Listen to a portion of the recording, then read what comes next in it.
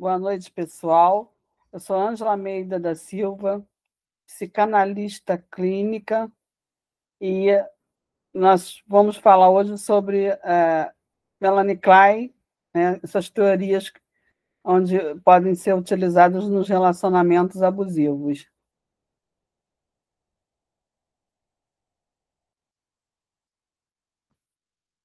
A questão dos relacionamentos abusivos, ela elenca assim, uma série de coisas, né, que cabem muito bem, né, dentro do seu estudo, né, da psicanálise, que cabem muito bem nos relacionamentos abusivos.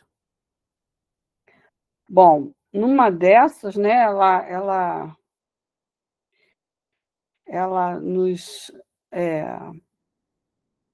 nos conclama a olhar, né, as relações de objeto, culpa e amor e ódio, né, que é amor e ódio ao mesmo tempo que acontecem nessas relações, né? Então, dar uma breve introdução aqui para vocês procurarem entender um pouquinho. Bom, a Klein, vocês já sabem, né? Uma psicanalista britânica, né? Seguidora de Freud, que desenvolveu, nesse sentido, a teoria das relações do objeto. Desse modo, né, ela foca na vida emocional interna e nas primeiras interações, né, com as figuras parentais, né? Que podem ser também, mesmo que não sejam parentais, sejam pessoas que convivem com uma criança, né, que a educam, que colocam, que impõem valores, né, às vezes de uma forma coercitiva ou não. Na perspectiva da Klein, né, essa construção desse psiquismo, né, infantil, ele está profundamente marcado pela essa questão do amor e do ódio, né, pela culpa inconsciente e também, muitas vezes, pelas fantasias primitivas. No caso dos relacionamentos abusivos, essa abordagem kleiniana, ela permite compreender muitas coisas, como, por exemplo, algumas dinâmicas, né, que se referem ao amor e o ódio que as crianças internalizam na infância. E que, desse modo, eles vão reproduzir, né, nas relações adultas. A vítima também, muitas vezes, ela se sente obrigada a reparar o parceiro. E, assim, ela assume uma culpa inconsciente que ela não tem. E por acontecimentos que ela também não controla. Eu vou tentar, assim, esmiuçar um pouquinho isso, né? O que acontece, né?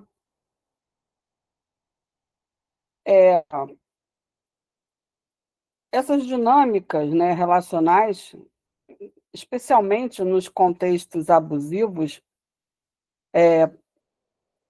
a gente acaba entendendo, né, esses padrões. Por quê? Essa dinâmica da culpa, por exemplo. Muitas vezes, a vítima de abuso, elas podem se sentir culpadas por situações que não controlam ou pelas ações abusivas do parceiro, né? Elas assumem a culpa de uma forma inconsciente, porque existe um processo inconsciente, né? Onde essa pessoa ela acaba por assumir a responsabilidade pelo comportamento do outro. E essa responsabilidade que essa, vamos dizer, a vítima assume, né, pelo comportamento do outro, é muitas vezes ligada a padrões de identificação. Ou então, né, por internalização de dinâmicas de relacionamentos problemáticos anteriores, né, em relação à família e outros relacionamentos que sejam desse tipo, né, de educação, de infância. Bom, nesses padrões de reparação, a vítima ela tenta reparar o parceiro ou o relacionamento frequentemente às custas do seu próprio bem-estar, né? É, nessa perspectiva psicanalítica, né, existem a questão dos mecanismos de defesa. Nos mecanismos de defesa, que são processos, né, de atribuir, que a gente passa a atribuir aos outros sentimentos próprios, identificação com o agressor, que podem estar envolvidos nessas dinâmicas abusivas. Existem dentro delas também um conflito inconsciente de padrões relacionais, né, de conflitos internos não resolvidos. E aí ela passa a repetir padrões, né, relacionais, familiares, devido a essa compulsão à repetição, que todo mundo já sabe, né? Que eu já falei na primeira aula, quando eu falei sobre o Freud, que é a compulsão à repetição, que é um conceito freudiano. Nessa teoria das relações de objeto, né, ela se refere aos indivíduos e como eles internalizam e reproduzem esses padrões, né, relacionais com objetos, que seriam, no caso, pessoas significativas, que tiveram importância, né, nas suas vidas. Elas passam a internalizar dinâmicas, né, que as vítimas podem internalizar padrões abusivos, e, com isso, acabam por afetar, né, a autoestima e relações futuras. Fatores que contribuem para esse tipo de situação, né, são os traumas, né, a história pessoal de cada pessoa, né, que podem influenciar essas relações, né, esses padrões relacionais atuais. E também existem a questão das dinâmicas de poder, né? Nesse caso, o abuso envolve frequentemente esse desequilíbrio de poder, né? Gerando um ciclo de abuso, né? Onde pode haver padrões cíclicos de tensão, abuso, reconciliação em alguns nesses relacionamentos abusivos. E a clínica ela busca, de certa forma, né? Apagou tudo aqui para mim. A clínica que, de certa forma, ela tenta fazer com que o paciente entenda, né, essas dinâmicas para poder romper os ciclos, né, e procurar ter um pouco de autonomia e colocar limites, né, estabelecer limites saudáveis.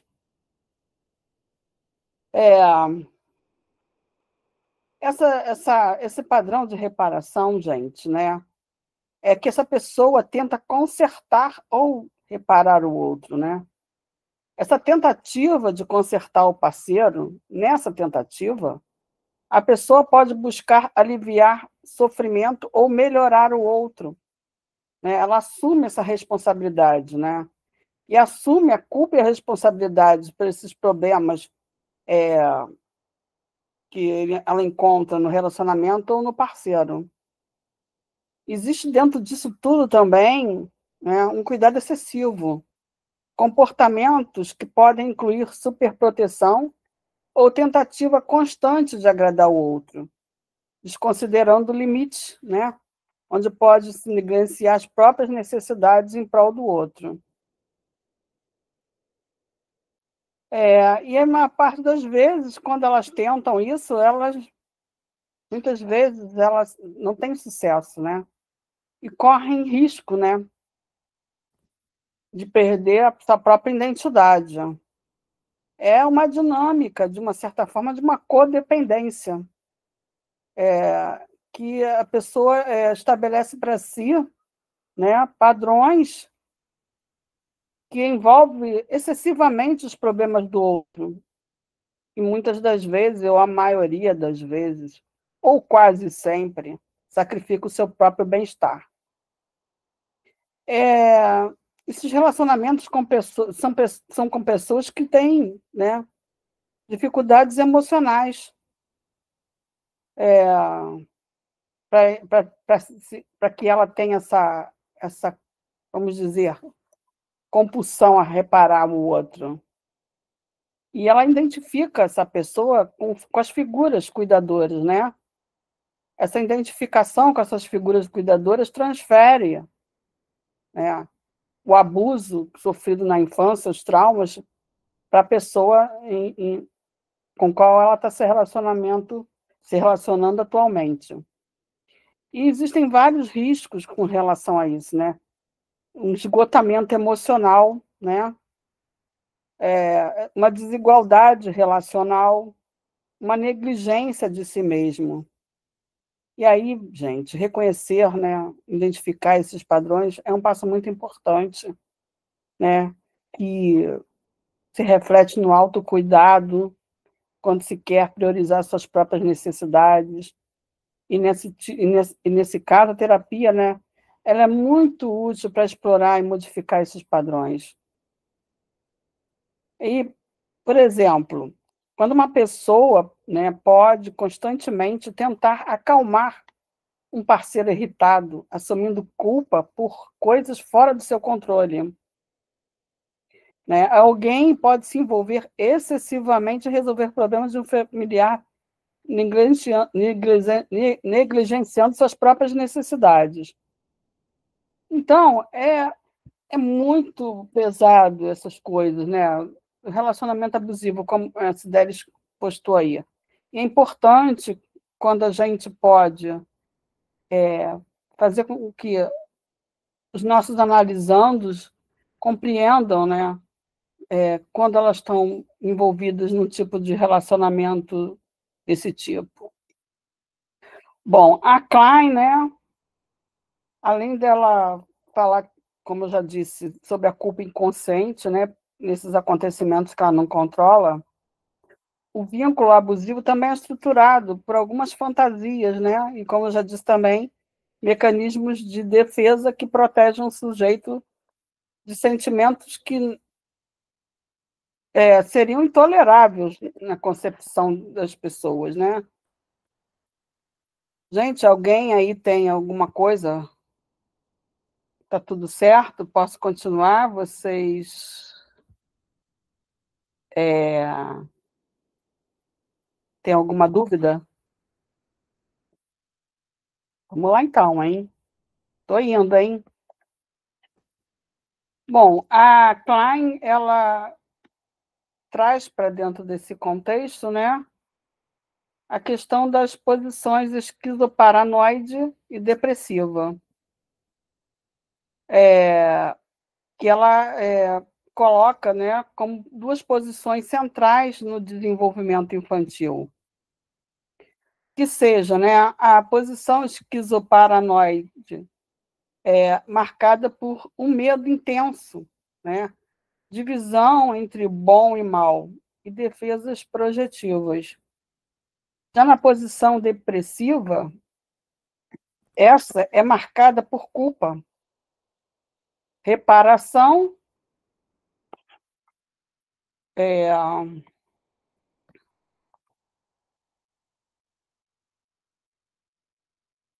nossa senhora,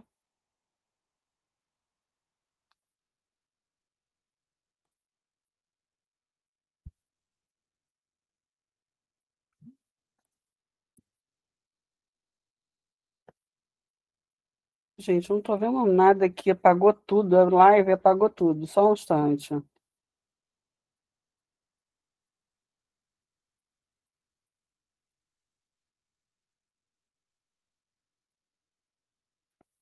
É, vamos lá.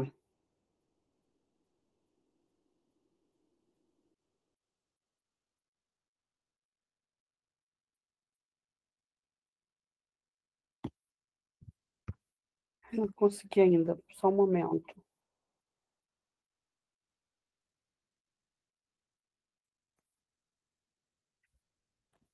É, essa posição depressiva, né, ela é marcada por culpa, por essa reparação com relação ao agressor e que integra, né, sentimentos bons e maus, né? Nesses relacionamentos, então, a vítima ela oscila, né, em dividir o parceiro em bom e mal. Uma hora ele é bom, outra hora ele é mal, né?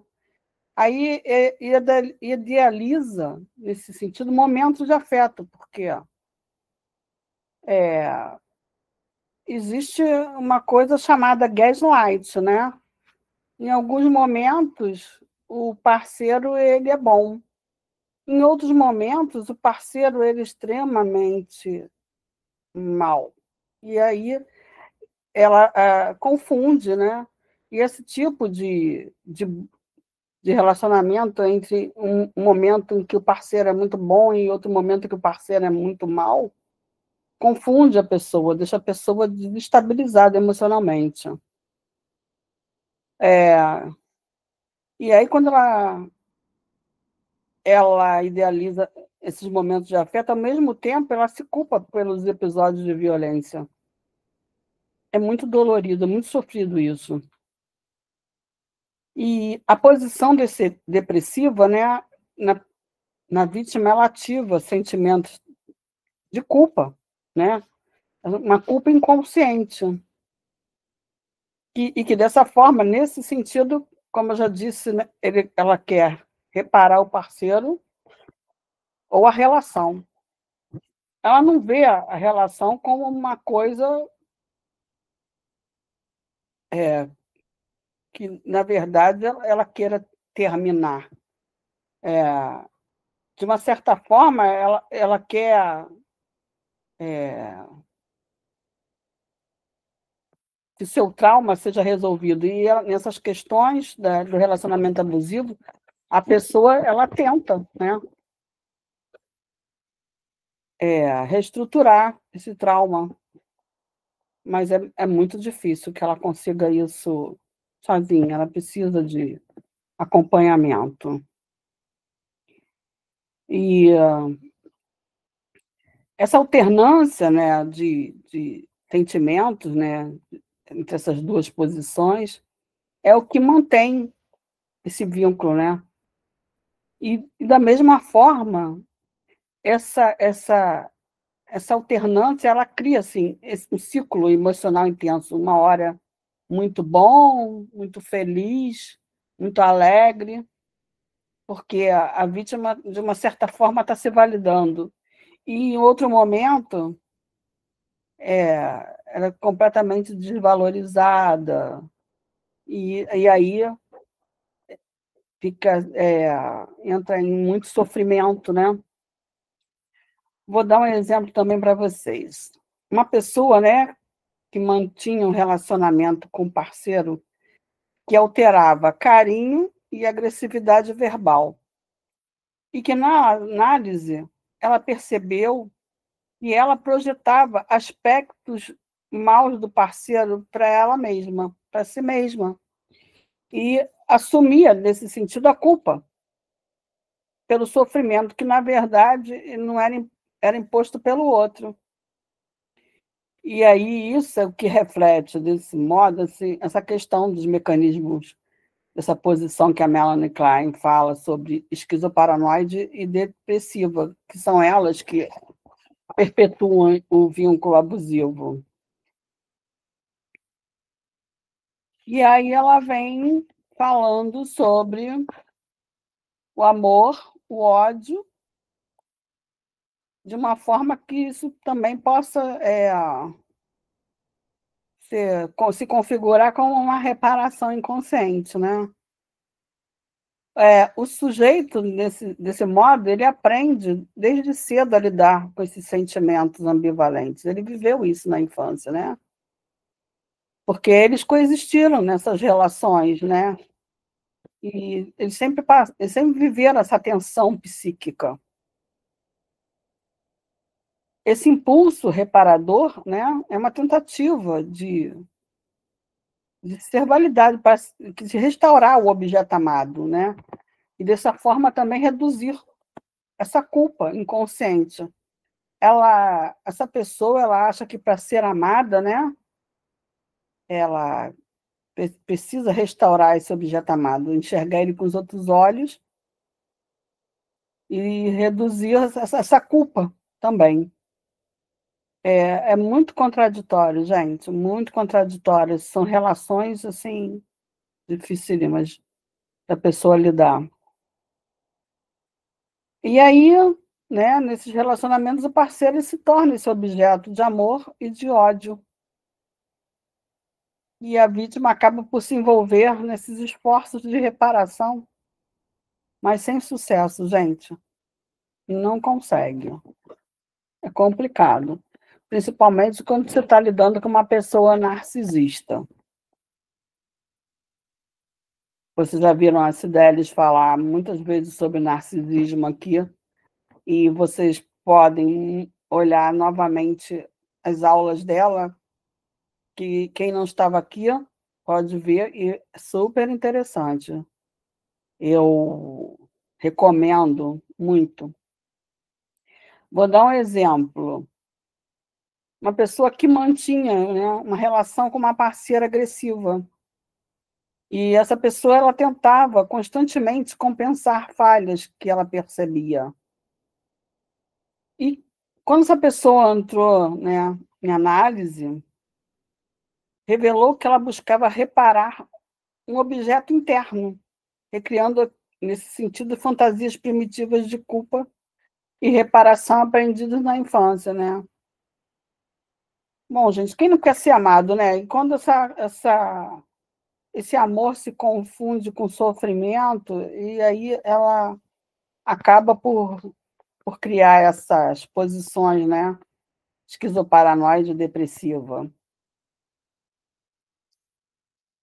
Aí a gente agora vai falar um pouco sobre essa culpa, né? Essa culpa inconsciente e a manutenção desse vínculo.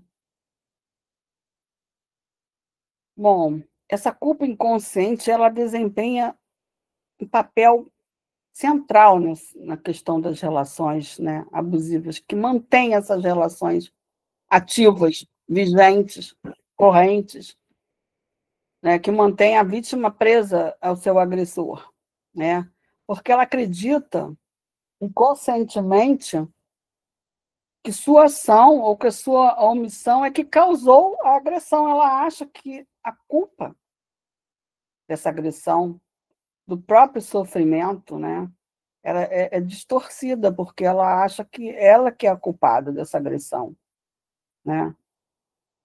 Porque quando ela internalizou, né, esse modo de compreender as coisas, né, de figuras parentais críticas, e desse modo aumentaram o sofrimento, né, e o sentimento aumentaram nesse sentido a responsabilidade pelo sofrimento alheio. Muitas vezes os pais criam, não, falam, você não gosta de mim, por isso que você não me obedece, ou desvalida a criança, né? Quando diz que ela é burra, quando ela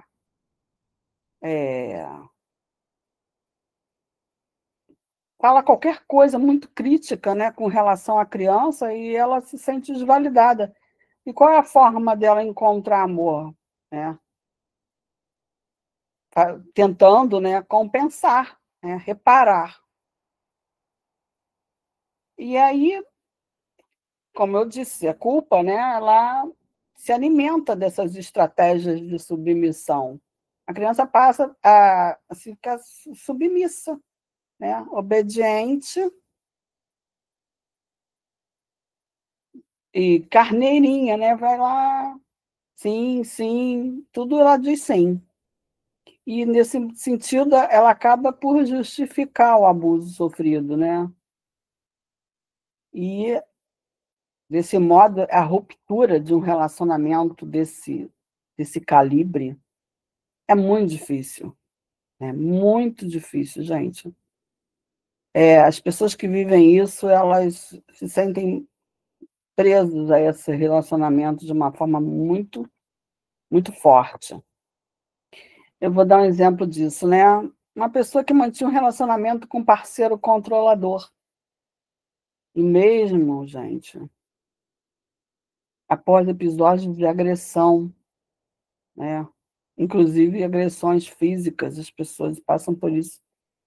Elas se sentiam culpadas e tentavam compensar os comportamentos do parceiro. Gente, quantos casos de feminicídio a gente vê com esse mesmo perfil?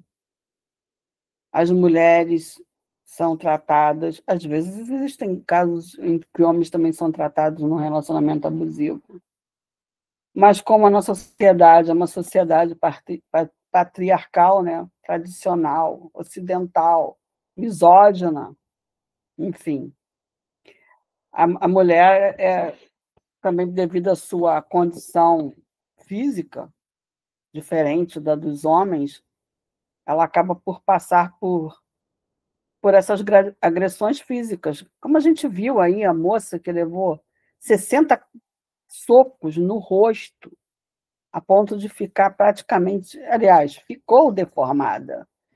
Só não ficou mais porque passou por procedimentos médicos e tentar, de alguma forma, reconstruir o rosto dela. Mas esses abusos, eles não acontecem de um dia para o outro. Eles vêm num crescente progressivo. E a pessoa vai é, se submetendo, e cada vez o agressor se sente mais na liberdade de fazer coisas que cada vez piores com essa pessoa, né? E na análise cleidiana, né,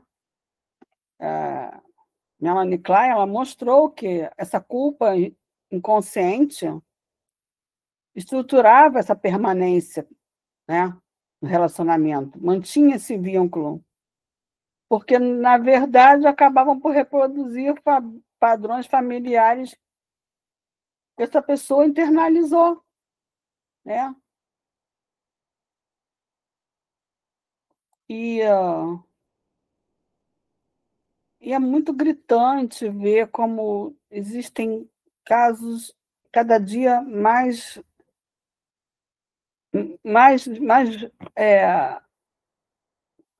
as estatísticas mostram que cada vez eles crescem mais, né? No que diz em relação à mulher, principalmente. Mas se a gente fizer uma análise, né, mais aprofundada, e essas questões de violência e tudo mais acontecem muito mais ainda com mulheres negras, pobres, periféricas.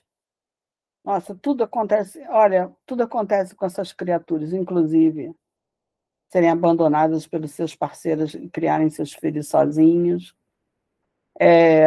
Acontecem delas terem, estatisticamente, sofrerem mais necessidades alimentares. Se a gente for ver bem, analisar esse contexto social, de tudo um pouco acontece com elas, né? É um absurdo. Se vocês lerem, existem órgãos que estudam, analisam, né? A criminalidade, a, a criminalidade do Brasil, essas estatísticas de quem mais sofre agressão no Brasil. E as agressões são de formas variadas, podem ser físicas, podem ser financeiras, podem ser emocionais, podem ser de toda forma. É muito triste mesmo. E isso é uma coisa que ela vem também com relação à cultura, né? A cultura é importante, ela estabelece essas relações porque elas vêm dentro de uma tradição. né? Você não é uma folha em branco, você não nasce numa folha em branco. Quando você já nasce, você já tem um nome, né? Você já tem um sexo, você já tem um nome de família, você já tem um mundo à sua volta que vai criar a sua identidade, né? Onde você vai interagir e vai fazer essa diferenciação entre você e o outro, né? Essa questão de identidade e de alteridade. Bom, e Klein ela descreve também, né, mecanismos de defesas primitivos que atuam nessas relações. Por exemplo, a projeção, ela atribui, né, ela tem como atribuição, né, os sentimentos próprios inaceitáveis ao parceiro. Tem a introjeção, que é a absorção de aspectos do parceiro como forma de controle psíquico. E negação, que é a recusa de reconhecer a gravidade do abuso e acaba por preservar esse vínculo, né?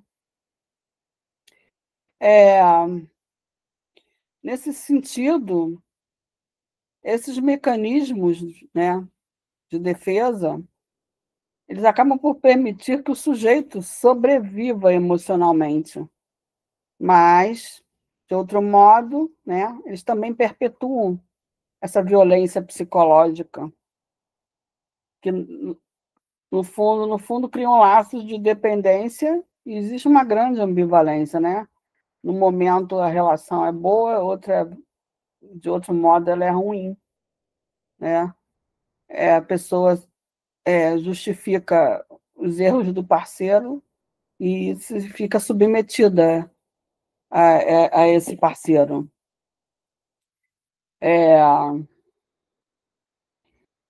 Então, vou dar um exemplo para vocês, né? Uma pessoa justificava agressões do parceiro como momentos de estresse. E acabava também por internalizar as críticas, como se as falhas fossem dela, né? Então, numa análise, né, essa análise ela acaba por revelar, né, fantasias de projeção e de introjeção, né? Que desse modo elas explicam essa dificuldade de romper esse vínculo. Para você ver, porque ela justifica, né? Ela justifica sentimentos inaceitáveis do parceiro e atitude, né? E acaba por internalizar essa culpa, né? De forma que acaba sendo controlado por essas justificativas. Vou demonstrar outros exemplos, né? Uma pessoa que oscilava entre idealizar e odiar um parceiro abusivo, né? E em relação a uma culpa, né, sentida. De outro modo, né, outra pessoa tentava reparar, né, uma parceira agressiva, do mesmo modo como fazia quando era criança. E outro, né, tentava justificar o episódio de violência porque internalizou críticas parentais e, desse modo, quando essa pessoa internaliza as críticas parentais, ela mantém essa submissão. E aí, como vocês podem ver, o amor, o ódio, a culpa e fantasias primitivas estruturam essa manutenção desse vínculo, né? Reforça, desse modo, uma dependência emocional e, principalmente, um sofrimento muito intenso. Existem algumas implicações clínicas, né, no trabalho a partir da perspectiva kleiniana. E ela envolve, nesse sentido, né, escuta dos sentimentos ambivalentes do sujeito, porque é muito punk, como a gente diz, né? Quando ela precisa reconhecer da mesma forma o amor e o ódio. Vocês imaginem, gente, o que a pessoa sente, né? A pessoa fica completamente confusa, né? Perde o sentido das coisas, porque ela não sabe qual tipo de sentimento ela sente com relação àquela pessoa. Envolve também a nomeação da culpa inconsciente, né? A gente precisa fazer com que o analisando ele coloque para fora, né? Ela dê nome a essa culpa, né? Ela, como é que eu vou dizer? Coloque na linguagem, né? Como diz Lacan. E precisa ser também explorado, né? A gente precisa fazer uma exploração desses esforços de reparação. Por que ela quer justificar o parceiro? Qual é a motivação, né? E analisar os mecanismos de defesa e as fantasias que acabam por perpetuar esse abuso. E aí, gente, a gente tem, né, que ajudar, apoiar, orientar esse analisando de alguma forma, né, para que ele desenvolva uma autonomia emocional e imponha limites a esse parceiro. E fazendo essa diferença entre uma responsabilidade real, né, e de uma culpa que ela que ela internaliza, né, que é projetiva do outro, né? Acaba ela se tornando o espelho do outro. Que assim, né, gente? Isso tudo permite, né, que a vítima ela reconheça esses padrões que ela internalizou, porque eles estão dentro do seu inconsciente e que assim ela possa compreender essa dinâmica de poder, né? E de emoção que construa esses vínculos e que construa vínculos mais saudáveis. Existem estudos, né, a fenomenologia do espírito, que diz que existem essas relações de poder entre os seres humanos, né, a questão do senhor e do escravo. E nessas relações, em alguns momentos, um é senhor e o outro é escravo. Isso muitas vezes também varia, né?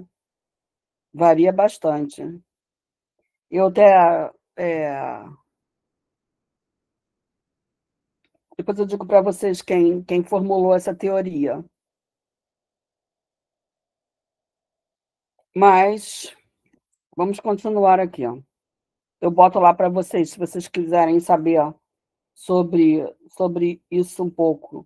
Né? Porque o Freud, como já falei, a gente tem que olhar, ter uma visão ampla dessa perspectiva, né, de interdisciplinaridade, para que a gente entenda que tudo está em tudo, né?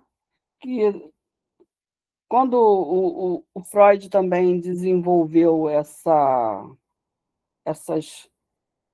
essas teorias, a Klein, o Winnicott e todos os outros, eles estavam inseridos dentro de uma cultura para poder formular tudo isso. Bom, aí a gente pode refletir, né, essas questões conceituais e também sociais. Essas relações abusivas não são apenas externas, como eu já disse. Externas, né? Elas são estruturadas por fantasias internas e mecanismos de defesa.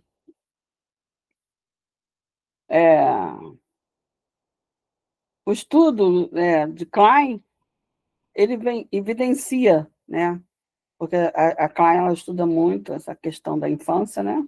Como vocês sabem. Como as experiências infantis de amor, ódio e culpa são reproduzidas em relações adultas. E também,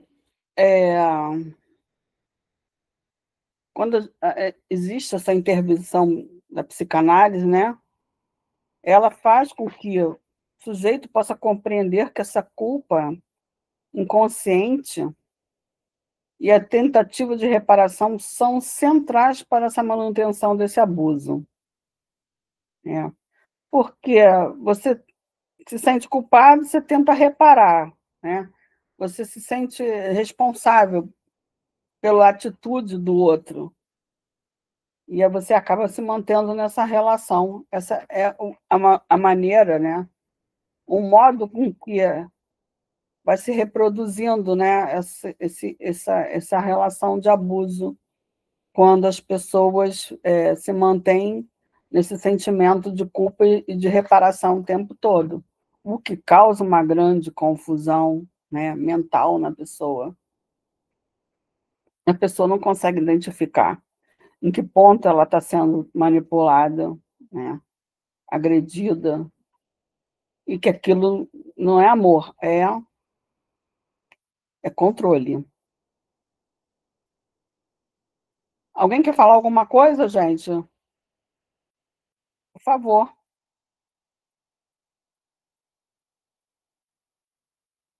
Por favor, alguém pode falar alguma coisa? Alguém tem algum relato a fazer? Assim, alguma. Pode ser também um caso de jornal, alguma coisa que chamou a atenção de vocês, que vocês queiram relatar, participar de alguma forma. O que vocês acham do tema é importante também. O que Melanie Klein abordou, se vocês, a forma como ela abordou esse tipo de assunto, com as suas teorias. Alguém quer falar alguma coisa?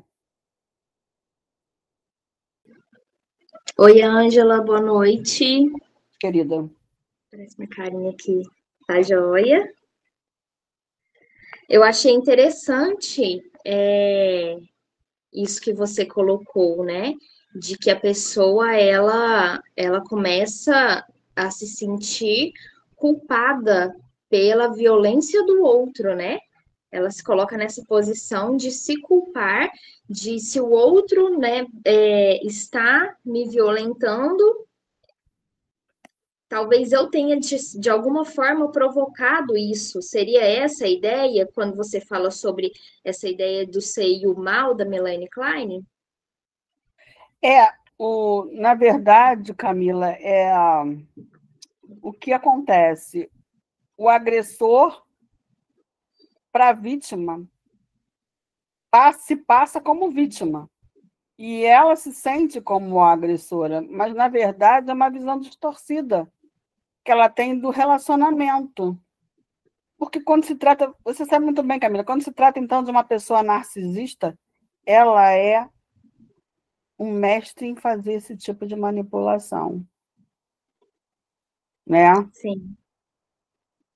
E a gente tem visto muito bem que, no mundo em que a gente vive hoje, essa cultura em que a gente vive hoje, em que se apregoa, né, que se valoriza o individualismo, né, o egoísmo, o egocentrismo, isso tudo aumenta, né, de uma certa forma, essas personalidades narcisistas.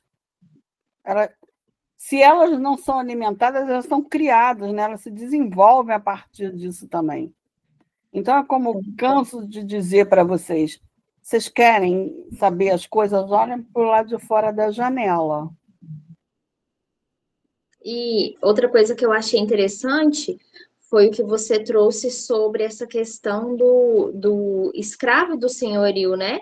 E eu acho que essa dinâmica se perpetua dentro da relação entre homens e mulheres, porque a mulher muitas vezes é tida como posse do homem, né? E aí, quando você estava falando, eu fiquei pensando nisso, nessa ideia do homem como o dono do poder. E a gente tem isso até quando Lacan traz lá o nome do pai, né? Então, assim, só o nome da teoria dele já traz esse poder para o masculino, entende? A mulher, ela pode exercer essa função de impor o limite, mas ela está exercendo uma função que pertence ao masculino, ao nome do pai. Então, o homem, ele é colocado simbolicamente como o dono do poder. Então, onde que a mulher se fica nessa posição? Né? Se o homem tem o poder, então a mulher logo não detém o poder, ela é o objeto da falta, né? Ô, E é Camila, importante dizer isso, né? a mulher vai ser a eterna Eva, aquela que pecou, aquela que agiu contra Deus, né? Isso já é um olhar que já coloca a mulher numa situação de inferioridade. Não foi Adão que teve culpa por aceitar, não. Foi a Eva que teve culpa por oferecer. Sei, né? A culpa não é compartilhada, né? A É, culpa, ele não é, digamos assim, a responsabilidade, né? Foi a exclusiva mulher que dela. me ofereceu, foi a mulher que me ofereceu, não fui eu que aceitei, né? Eu quis, né? Exatamente. Então, a mulher como a culpada, né? Então, a mulher, como se diz, a mulher já nasce culpada, né? A gente tem muito, a gente carrega, e se eu me vejo muito como mulher, a gente parece que a gente carrega a culpa, né? Muitas vezes. E é uma coisa que a gente tem que trabalhar, né? E é por Trabalhar, essas e porque por nós estamos. outras que a mulher acaba por aceitar essa culpa inconsciente, porque ela já nasce culpada. A sociedade diz que ela tem culpa de tudo. A culpa é da, você não viu? A culpa é da mãe. É assim, não é do pai, não. A culpa é da É o mãe. seu filho. Hã? É o seu filho, né? O que seu filho está fazendo aí, né? Pois é, não é filho dele, é filho dela. E também tem a questão da mulher ser tratada como uma coisa suja. Eu não sei se você já parou para pensar nisso, porque ó, a mulher menstrua, né? Ela é um alvo desde, desde tempos imemoriais, de ser considerada impura, porque menstrua. A mulher é impura. E isso em algumas culturas ainda, viu? Em algumas culturas eu gosto de seguir um canal que chama Sobrevivendo na Turquia, que fala muito sobre relacionamentos, né, com o pessoal árabe e tudo mais. E lá fala muito sobre isso, como a cultura e como a mulher, né, extremamente ainda posse do homem, né, subjugada e vista como impura, né, que é a mulher tem que apanhar, a mulher que então assim, isso é uma coisa que hoje na nossa cultura tem sido trabalhada, mas ainda existe, mas em outros lugares do mundo, né, isso ainda é muito normal e valorizado, inclusive. E a mulher, se você observar, em todas as culturas, né? Muito poucas a mulher valorizada. Vou dizer para você, ó, é, na, é, na África, né? É, não só na África, mas em outros lugares também, mas na África é mais contundente essa questão do estupro, né? Porque as guerras, né? Porque dividiram a África de uma maneira ilógica, vamos dizer assim, por causa da Segunda Guerra Mundial e a divisão do território africano e criação de estados e outras coisas, né? Então, separaram as etnias, né? Africanas. Metade de uma etnia ficou num estado, metade da etnia ficou no outro estado, fizeram uma bagunça do cacete. Então, existem guerras, né? Porque separaram culturas. E eles não se conformam em se manter num estado com o resto dos seus parentes no outro. É ilógico, realmente. Mas, quando das guerras, nossa, não é mole, não. O estupro é uma coisa assim, cultural mesmo, mesmo.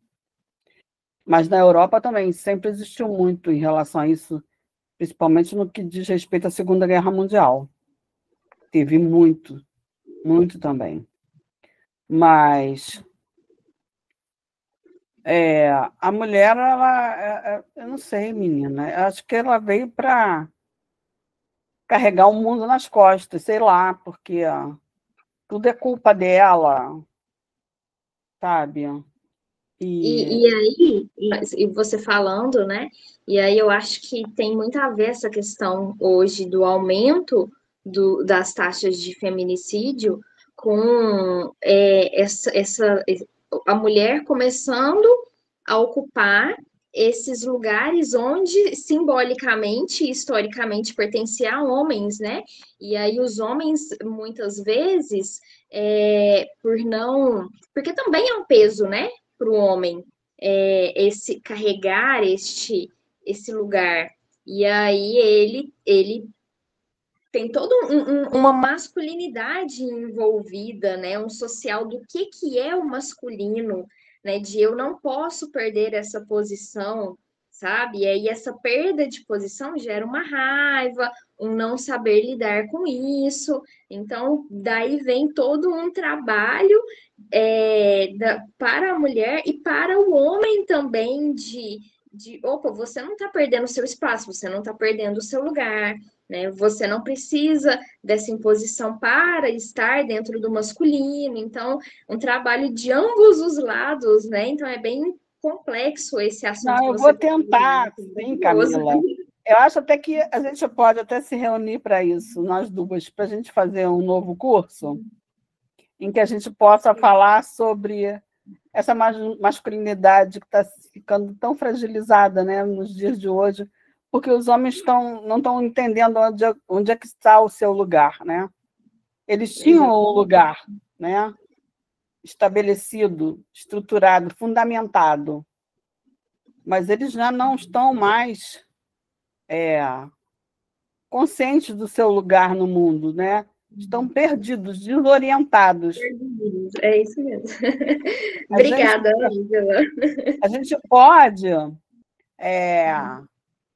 fazer um curso, nós duas aqui, a gente estabelece um curso aqui para a gente falar sobre isso, que vai ser muito interessante, porque a gente já falou sobre os relacionamentos abusivos, mas essa perspectiva do homem perder, de uma certa forma, a sua identidade, seu lugar no mundo, talvez também tenha a ver com as questões do feminicídio e do abuso, né? Porque, na verdade, também existe essa distonância, né? Dessas questões. E você sabe muito bem que todo abusador, né, também foi abusado, de uma forma ou de outra ele foi abusado. E isso é uma questão cultural, da tradição, né? Todo abusador ele foi abusado de alguma forma. E é complicado. Haja analista, né? A psicanalista e analisando para a gente tentar melhorar um pouquinho esse mundo, né? Porque o problema é que as pessoas, muitas vezes, elas não entendem, talvez, a função do psicanalista, do psicólogo, das pessoas que lidam com essas questões da mente, né? Porque também a profissão, seja de psiquiatria, de psicologia, de psicanalista, é estigmatizada, não deixa de ser, né? As pessoas, às vezes, não buscam pedir, eu não sou maluco, entendeu? Acha que isso é coisa de gente maluca, quando não é, porque todos nós carregamos os nossos traumas, né? Todos nós carregamos as nossas dificuldades, os nossos sofrimentos. Acho que se todo mundo tivesse consciência do quanto é importante, né, a pessoa estar num set psicanalítico e estar procurando se conhecer melhor, né, conhecer as suas limitações, os seus problemas. Acho que, sei lá, o mundo ia melhorar para caramba, gente. Assim, ia ser muito bom. Eu acredito muito nisso. Então, E evitar muito sofrimento, né? oi? Ia evitar muito sofrimento, né? Nossa, eu acho que o sofrimento ele sempre está fundamentado nessas questões mesmo, de amor e de ódio, né? Se você observar, o mundo ele flutua nesses dois parâmetros, nesses paradigmas, né, da sobrevivência humana, que é o amor e o ódio, porque são eles que impulsionam o homem, né, de alguma forma, para tomar atitudes boas ou não. Mas isso tudo tem a ver com a nossa, a nossa, a nossa própria mentalidade, né? A forma como a gente estruturou o nosso pensamento, o nosso inconsciente.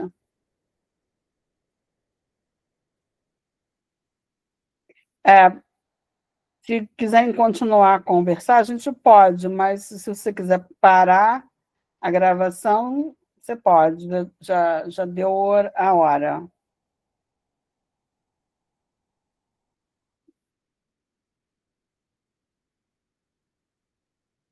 Quem ainda, gente, não